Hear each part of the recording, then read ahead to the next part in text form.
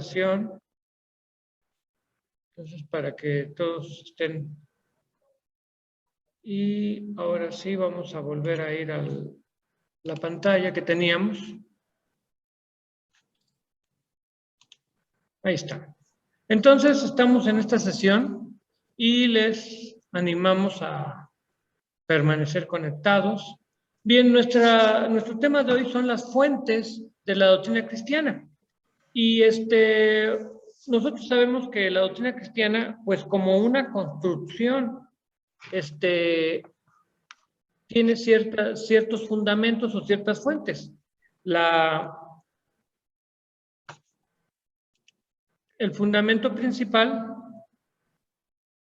siempre será, la piedra fundamental es la Biblia. Entonces, esta es la primera fuente y la fuente fundamental. La siguiente fuente es la doctrina cristiana a través de los siglos, que eso es un recurso, porque nos ayuda a comparar nuestros resultados. Incluso el día de hoy, cuando interpretamos un texto, buscamos que ese texto sea, buscamos que la interpretación que estamos dando, corroborarla con otros comentarios o con comentarios. Entonces, y bueno, esa sería la segunda fuente. Y la tercera fuente es el medio cultural y la experiencia religiosa, el contexto. Entonces, esas serían nuestras tres fuentes. Vamos, ya ustedes habían tenido la oportunidad de trabajar con esas fuentes o de leer algo acerca de esas fuentes. Pues la primera fuente, que es la piedra fundamental. Entonces tenemos que recordar que esta primera fuente es la Biblia. La doctrina cristiana se construye a través de la Biblia. Ya habíamos hablado del método. Ustedes ya seguramente vieron el video sobre el método. Y cuando hablamos del método, estamos diciendo que esta piedra fundamental de aquí tiene que surgir a través de una recta interpretación la doctrina, no hay otra forma. La doctrina bíblica o la doctrina cristiana no puede surgir de otra manera más que de la Biblia.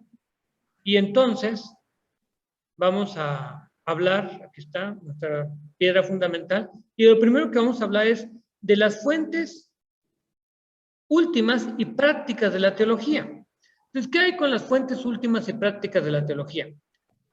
La fuente última o la fuente máxima para la teología es el Dios Trino.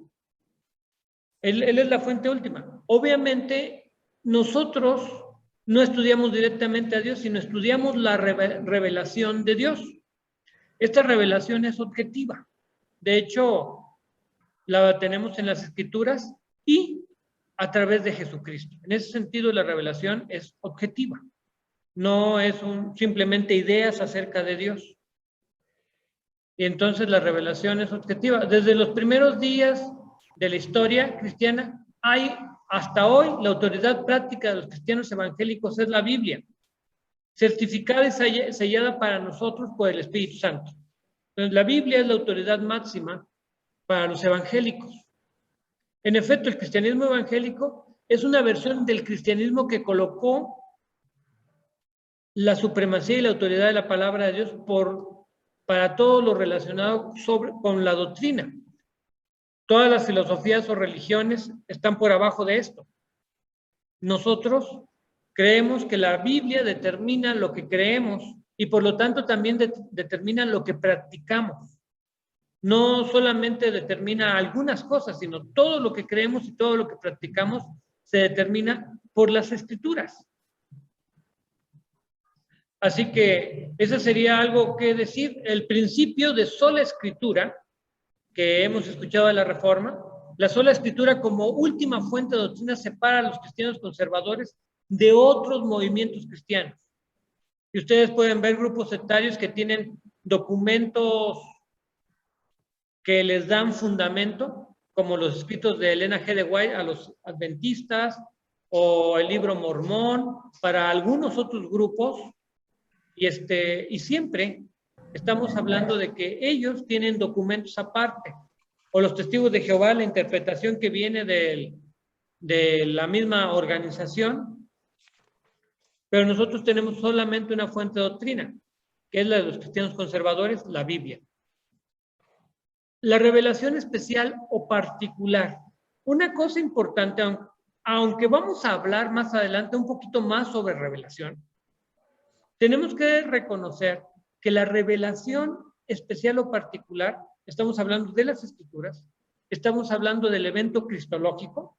El evento cristológico, y es una cosa que tienen que tener por ahí anotada, yo se los puse en su documento escrito con letras negritas, es la encarnación, la vida y ministerio, muerte en la cruz, sepultura, resurrección, ascensión y segunda y venida del Espíritu Santo. Es lo que entendemos por el evento cristológico.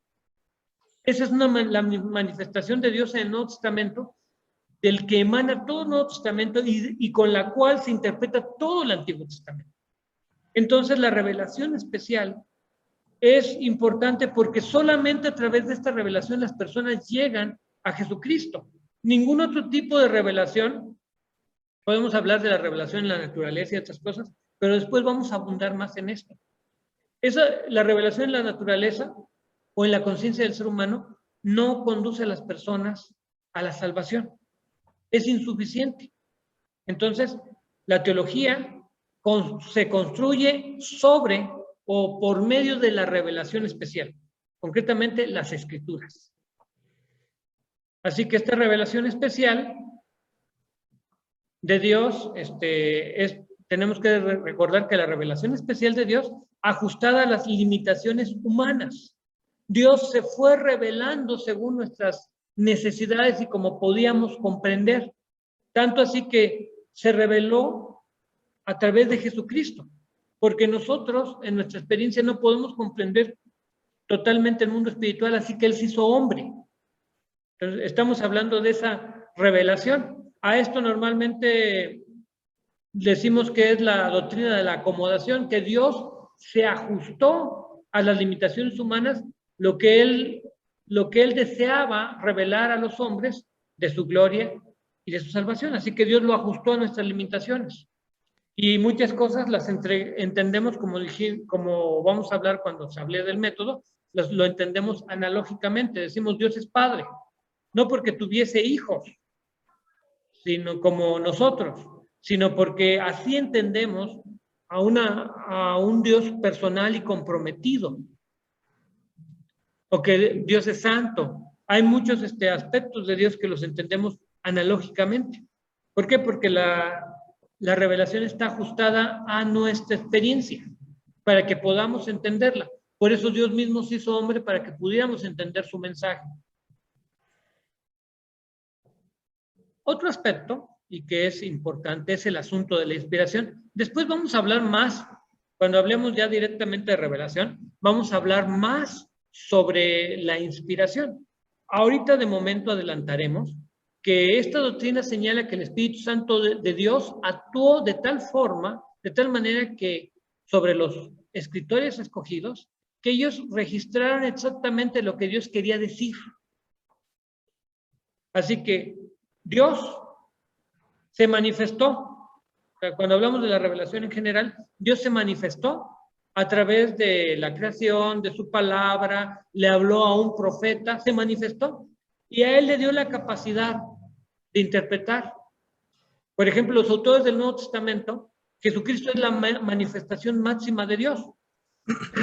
Y a todos los autores del Nuevo Testamento les dio la capacidad de interpretar esa manifestación. Entonces, el Espíritu Santo de Dios actuó de tal manera sobre los escritores escogidos que ellos registraron exactamente lo que Dios quería decir. Lo hicieron en sus palabras, pero dijeron lo que Dios quería decir con las palabras de ellos.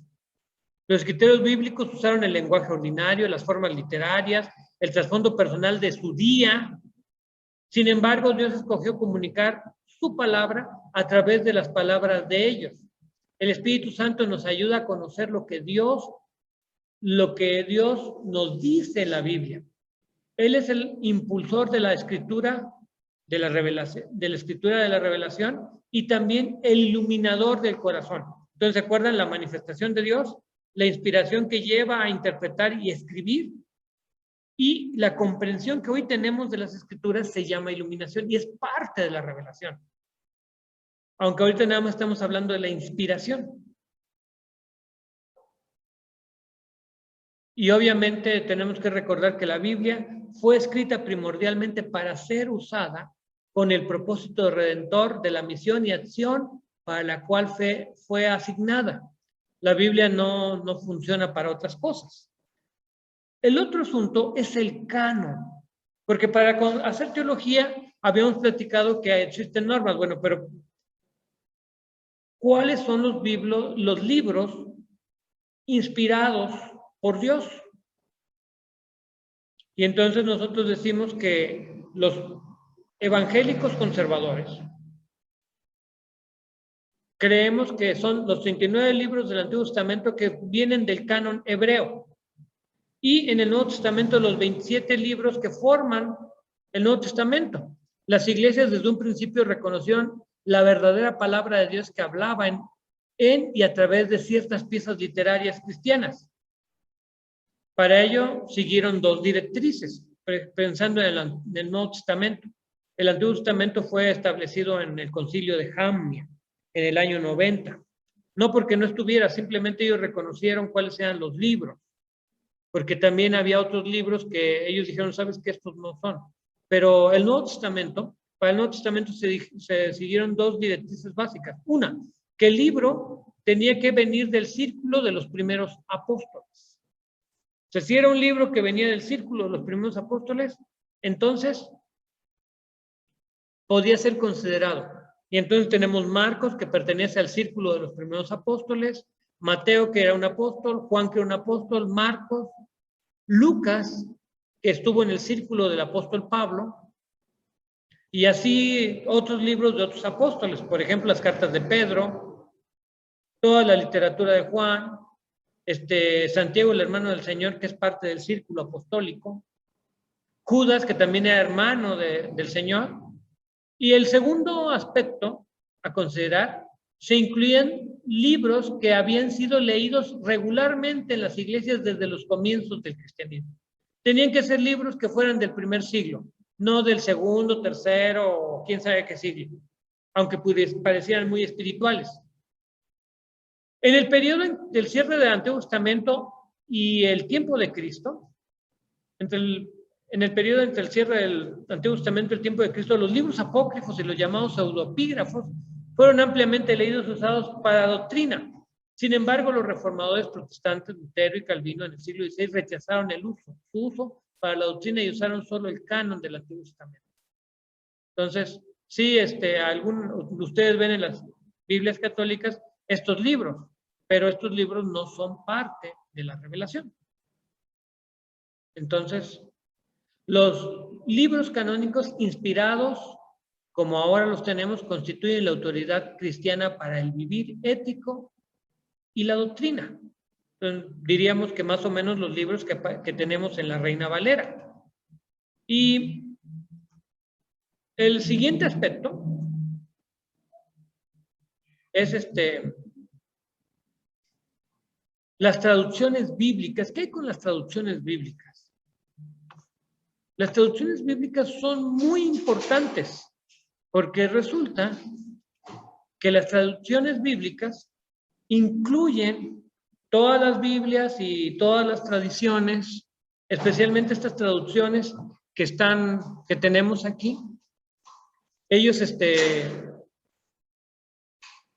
han hecho un gran trabajo. Nuestra versión que normalmente usamos es la Reina Valera 60, pero hay otras versiones, tanto católicas como protestantes, y ustedes seguramente pensarán, ¿no? La Biblia de las Américas, la traducción del lenguaje actual. Las católicas, el problema es que tienen sus libros apócrifos y algunos comentarios raros, pero las traducciones bíblicas, nosotros reconocemos que la palabra de Dios es inspirada incluso en las traducciones, no solo en el texto hebreo o griego, sino que son inspiradas incluso en las traducciones. Y entonces, para asuntos doctrinales se aconseja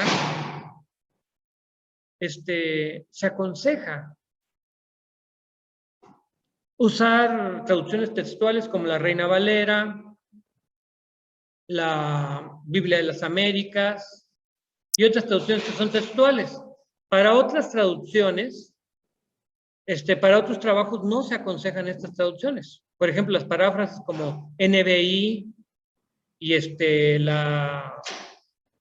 otras Biblias como NBI, ahorita se me fue, la traducción del lenguaje actual es una paráfrasis, la Biblia al día, la versión popular son paráfrasis, no se aconsejan para las cuestiones doctrinales. Sin embargo, para leer y para ayudar a las personas a acercarse a la escritura, sí. Los cristianos conservadores de habla hispana suelen usar la Reina Valera 60 o cualquier versión de la familia Reina Valera. Una característica importante de los cristianos evangélicos e iglesias es la supremacía de la Biblia. La doctrina, y entonces nosotros vamos al siguiente bloque. El siguiente bloque nos dice que después de la piedra fundamental está la doctrina cristiana a través de los siglos. Y es un recurso, y aquí anotamos, es un recurso. ¿Por qué? Porque nosotros tenemos nuestra teología de la Biblia. Y la doctrina cristiana a través de los siglos es un recurso para ayudarnos a entender cómo interpretaron esas mismas cosas otras personas, para que nosotros no andemos inventando cosas también. Porque luego hay gente que inventa. Entonces, la doctrina cristiana a través de los siglos, un recurso. Los protestantes rechazan la enseñanza católica romana de que algunas interpretaciones apropiadas y enseñadas por la Iglesia desde el tiempo de los apóstoles son tan autoritativas como la revelación que viene de los círculos apostólicos. Nosotros consideramos las interpretaciones, consideramos los credos, consideramos las decisiones teológicas que tomaron los hermanos en los primeros siglos a través en los distintos concilios antes de que surgiera la Iglesia Católica, pero, y decimos un pero no están por encima de las Escrituras. Nos ayudan a entender cosas, pero nunca están por encima de las Escrituras, y cuando están equivocados, los rechazamos. Es el punto. Entonces, ¿qué tenemos con esto? Bueno, vamos a darle vueltecita a esto, y ya decimos, la doctrina cristiana es el segundo fundamento. La doctrina cristiana a través de los siglos, un recurso. La reacción protestante a la tradición medieval. Una cosa importante, la tradición medieval había tenido varias interpretaciones. Nosotros reaccionamos al punto de vista católico romano, tanto del uso de las escrituras o de poner junto al mismo nivel de las escrituras la interpretación que la Iglesia les ha dado. Ninguna interpretación, ninguna teología está al nivel de las escrituras, ni son lo mismo. Algunas personas ponen las teologías al mismo nivel de las escrituras, y eso es enteramente equivocado, porque recuerden, cualquier teología es una reflexión humana, es un esfuerzo de nosotros por comprender y por expresar, pero jamás será igual que las escrituras. Entonces, eso es algo que sí tenemos que tener en cuenta.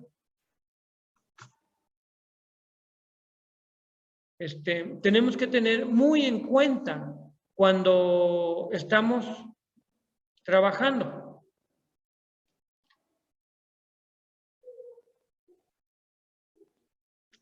Cuando estamos trabajando al comparar algunas interpretaciones. Entonces, la reacción protestante, la tradición, en el mejor sentido de la palabra, es la comunicada por la palabra de Dios. Entonces, la reacción protestante, entonces nosotros reaccionamos a esto a través de los siglos, y ha habido hermanos muy sinceros, han interpretado las escrituras y han hecho todo lo necesario. Pero tenemos que ser autocríticos en toda la historia del cristianismo y decir qué está bien y qué está mal. Entonces, también la importancia de las afirmaciones doctrinales del pasado. Nosotros consideramos que es importante entender, por ejemplo, creemos que en la sola escritura, eso sería una realidad, creemos en la sola escritura, creemos en en que la salvación es solamente a través de Jesucristo, la justificación, y son cosas que los hermanos reflexionaron en el pasado y que ahora nosotros usamos. Creemos en que solamente Dios es Padre, Hijo y Espíritu Santo y todo lo demás no es Dios. Entonces creemos estas cosas. Y son cosas que se han ido discutiendo a través de los siglos. O por ejemplo, creemos en la doctrina de la Trinidad. Y en ese sentido, nosotros somos herederos de una rica tradición doctrinal, pero tenemos que tener un aspecto crítico. Entonces, porque no podemos simplemente decir, sí, así enseñaron en el pasado. Cada generación necesita revisar las escrituras y ver si hay errores. Pero es importante las afirmaciones doctrinales del pasado, como la doctrina de la Trinidad, como la deidad de Cristo y su humanidad. ¿Qué otras afirmaciones doctrinales tenemos? Bueno, vamos a enumerar ahorita algunas. Si ustedes por ahí tienen su documento de prolegómenos en la página 11, verán que las doctrinas, déjenme ver si puedo ir a los prolegómenos en esa página. A ver si Césamo me permite abrirlo. Ustedes no lo ven, ¿verdad? Pues no. Un momento, voy para allá. Aquí estamos. Y ahí está. Bien, voy a ponerlo en la página 11 para que ustedes lo vean, por si ustedes no lo tienen. Y aquí está, miren. Lo de las verdades que aprendidas en las crisis teológicas. Y entonces tenemos ahí la doctrina de Dios y la Trinidad. O sea, cómo Dios es Padre, Hijo y Espíritu Santo. Y entonces eso se discutió. Había una herejía por ahí que decían que Jesús era como una especie de semidios, que eso fue lo que enseñó el arrianismo y que enseña actualmente los testigos de Jehová. Pero en el año 325, en el Concilio de Nicea, se llegó al hecho de que los cristianos tenemos un monoteísmo trinitario, que Dios es uno, pero dentro de él es complejo, es Padre, Hijo y Espíritu Santo. Entonces, también en otras discusiones teológicas se habló de la naturaleza de la persona de Cristo, que Jesucristo tiene dos naturalezas, una divina y una humana, y que es tanto ser humano completamente como Dios completamente, sin confusión de las naturalezas, o sea, no es un semidios al estilo griego. Entonces, para dar rapidito, nuestra salvación, la salvación es por gracia por medio de la fe. Y eso obviamente nosotros nos encontramos con ese aspecto especialmente en la Reforma con Martín Lutero. Así que uno es justificado por la gracia por medio de la fe en Jesucristo. Y Lutero vio la fe primordialmente como confianza personal en Dios. También redescubrió la doctrina del sacerdocio de todo creyente. O sea, todos los creyentes tienen acceso libre a Dios sin intermediarios y también tienen la obligación de servir. Entonces, luego la autoridad religiosa. O sea, la autoridad religiosa no es la asamblea de la iglesia, ni concilios, ni papas, decía Lutero. Es la Biblia. La iglesia debe permanecer bajo la autoridad bíblica. Y aquí Calvino nos ayuda. Calvino fue el primer sistemático. Su libro, La institución de la religión cristiana, el cual yo todavía no termino de leer, porque siempre se me atraviesa alguna otra lectura. Luego tenemos el significado del bautismo. Los evangélicos, los anabautistas evangélicos nos ayudaron con esto. Establecieron que solo los adultos fueron bautizados en el Nuevo Testamento y que la ordenanza del bautismo siempre significó el deseo de arrepentimiento. El rito del bautismo no concedía salvación, era una confesión pública de fe, cosa que todavía nosotros decimos. Y obviamente que el Estado no tiene derecho de imponer normas morales ni tampoco tiene que meterse en la conciencia de nadie. Entonces, esas son cosas que heredamos precisamente de los anabautistas. Y ya, obviamente, en la actualidad, en el tercer mundo, en el siglo XX, pues, obviamente surgieron otras teologías que nos hicieron ver algunas otras cosas. Por ejemplo, la teología de la liberación nos hizo ver la necesidad de atender a la gente, más allá de ofrecer la salvación, sino buscar el bienestar físico y material de las personas. Sí es cierto, la salvación es importante, pero la persona aquí y ahora tiene ciertas necesidades. Bien, entonces el otro aspecto voy a volver al otro documento, permítanme, aquí estábamos, y allá vamos. A ver. La importancia de la importancia de la evaluación y el criticismo. Sobre todo la prioridad de la Biblia debe ser cuidadosamente salvaguardada. El material usado en por credos, los padres apostólicos, concilios y teólogos, es siempre una fuente secundaria. Y tenemos que entender eso, que es una fuente secundaria. Nos ayuda para corroborar lo que nosotros decimos, lo que nosotros enseñamos, y para darnos cuenta de los errores del pasado y no cometerlos en el presente. Pero no, de ninguna manera es determinante. Entonces, tenemos que recordar que en el siglo XXI, cuando formulamos doctrina en el siglo XXI, usaremos la historia de la doctrina como un recurso, siempre evaluándolo mediante la verdad de la Biblia, en la medida en que la Biblia es autentificada por el Espíritu Santo. Nosotros no podemos imponer para nada un criterio distinto que el que la Biblia impone. Y bueno, el siguiente aspecto de precisamente de esto, es el medio cultural. Y ese es el tercer aspecto. La tercera fuente es el medio cultural y la experiencia religiosa. ¿Qué pasa con este medio cultural? Ustedes ya vieron un video donde se tocó un poquito de esto. La teología cristiana se basa en la Biblia, se corrobora a través de la manera en que se ha presentado o se ha discutido a través de los siglos, pero la doctrina cristiana se escribe para personas de algún lugar. Así que la manera en que comunicamos aquí y ahora la doctrina cristiana en México no es la manera en que quizás la comunicaríamos en otros lados, pero enseñaríamos las mismas verdades. Quizás no las mismas palabras, pero sí las mismas verdades. El medio cultural y la experiencia religiosa, el contexto. ¿Qué tenemos con esto? En primer lugar, la doctrina, tenemos que decir ahí que esta es la tercera piedra básica de construcción o fuente de la doctrina cristiana. Los líderes evangélicos buscan formular una teología que considere la situación de nuestro tiempo sin perder la esencia o sustancia del equilibrio bíblico.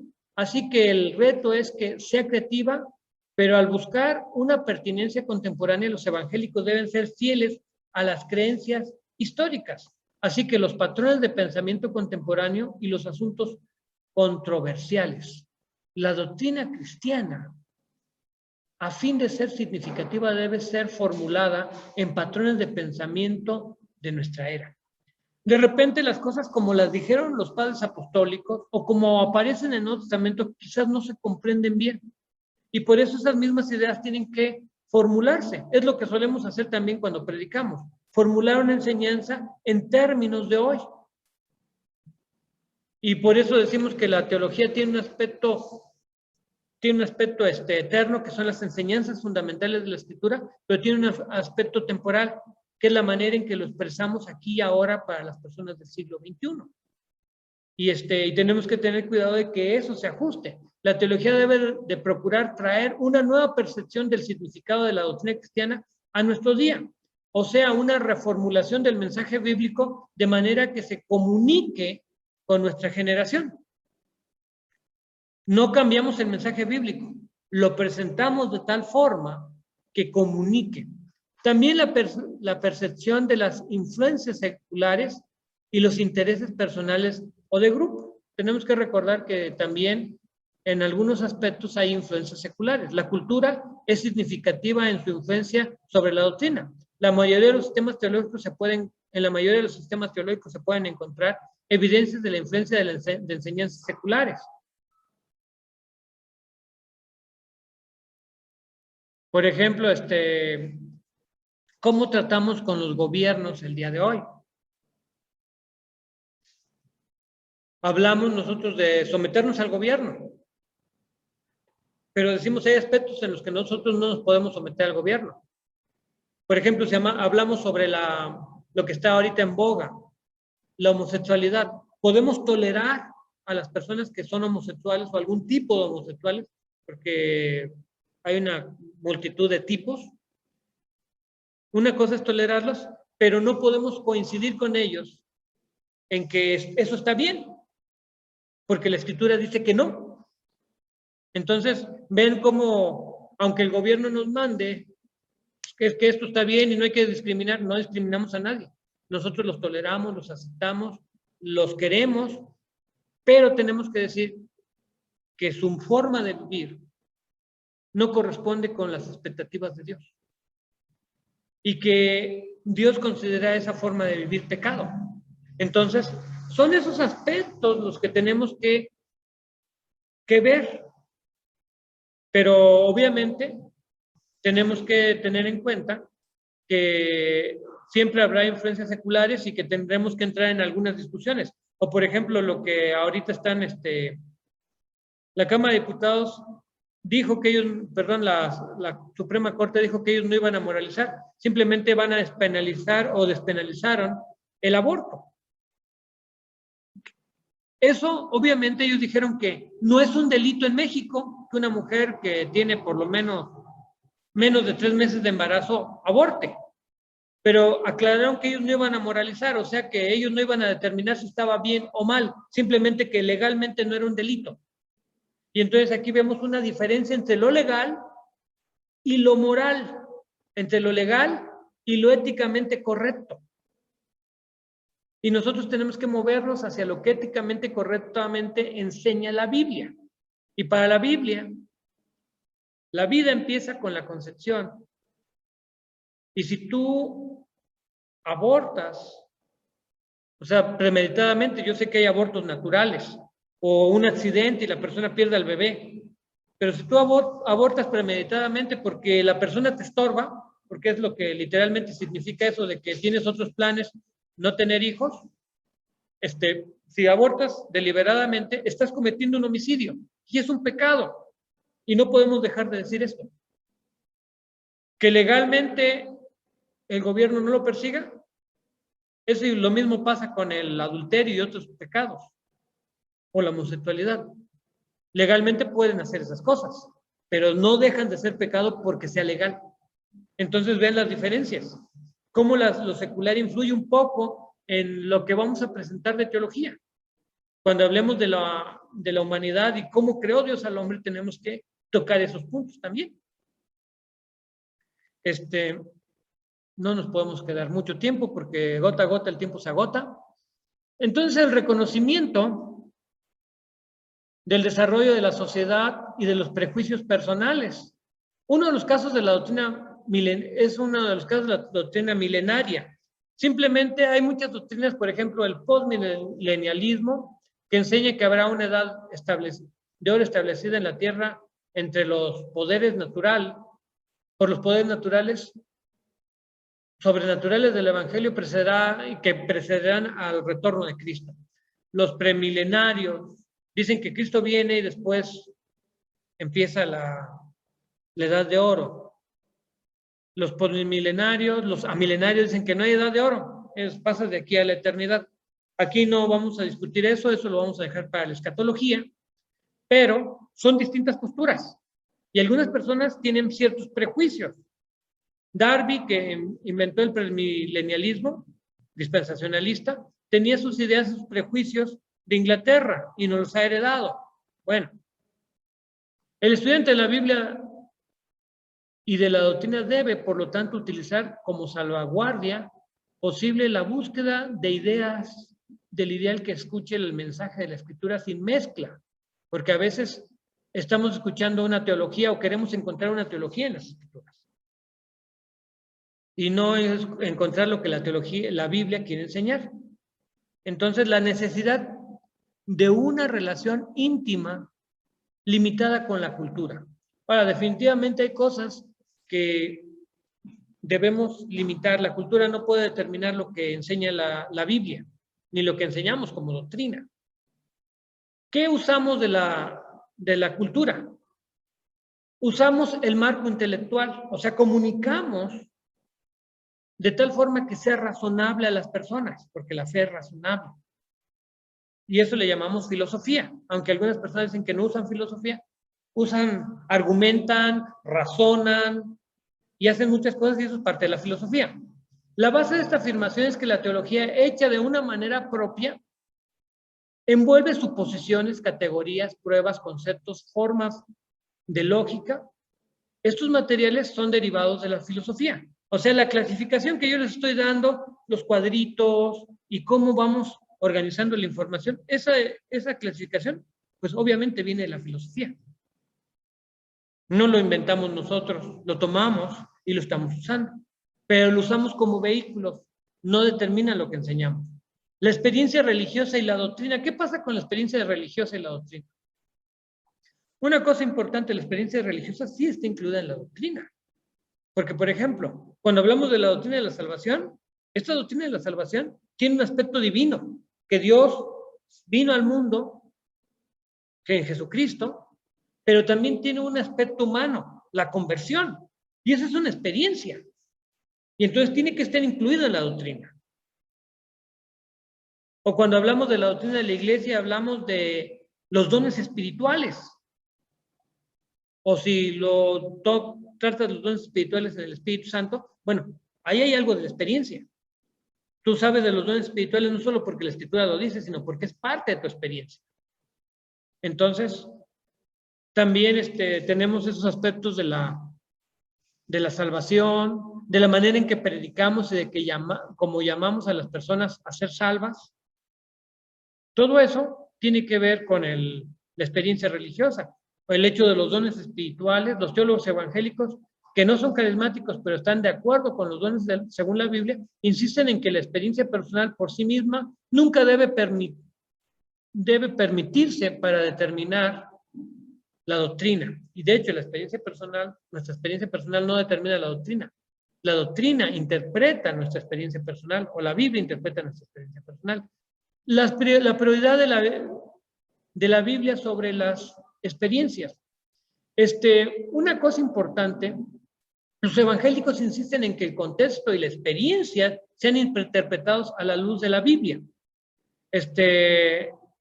Algunos teólogos como Mullins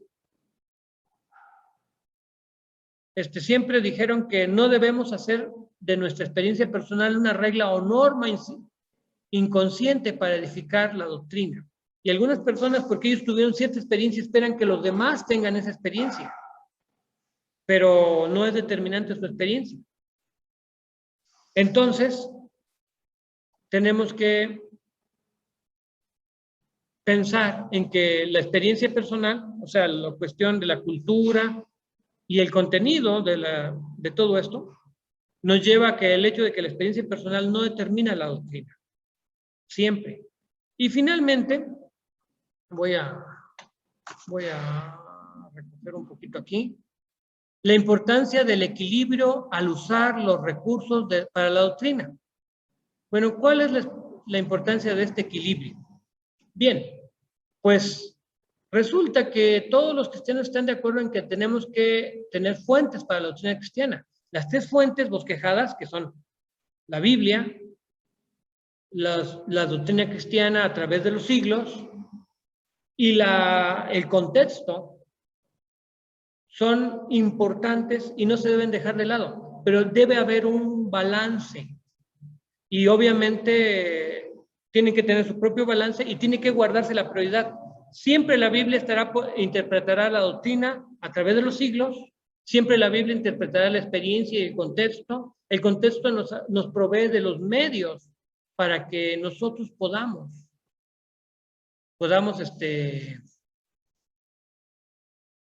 podamos presentar toda la doctrina que tenemos. Voy a detener aquí esto. Voy a detener aquí la